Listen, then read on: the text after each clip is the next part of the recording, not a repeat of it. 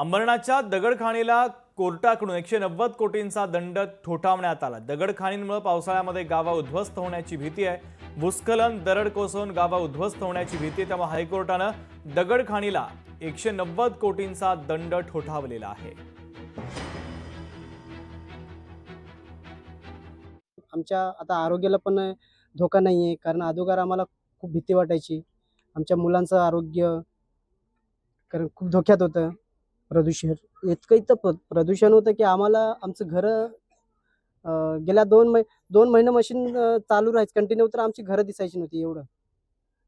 तर पावसाळा जसं संपलं ना, आता एकदम सुंदर दिसतोय नजारा, जसं की कौलं एकदम साफ दिसतात, घरं साफ दिसतात। पण जसं पाऊस गेला नंतर ना 2 महिन्यात आमची घरं वळखासारखी नशी व्हायची, म्हणजे एकदम एवढी प्रदूषण बसायचं आमच्या गावाच्या वतीने। पवार साहेबांचे आणि बाकी न्यायालयाचा जो निर्णय आलेला आहे त्याबद्दल आम्ही धन्यवाद करतो की आम्हाला न्याय मिळवून दिला। लोकशाही मराठी ऐका, पहा, जागरूक रहा।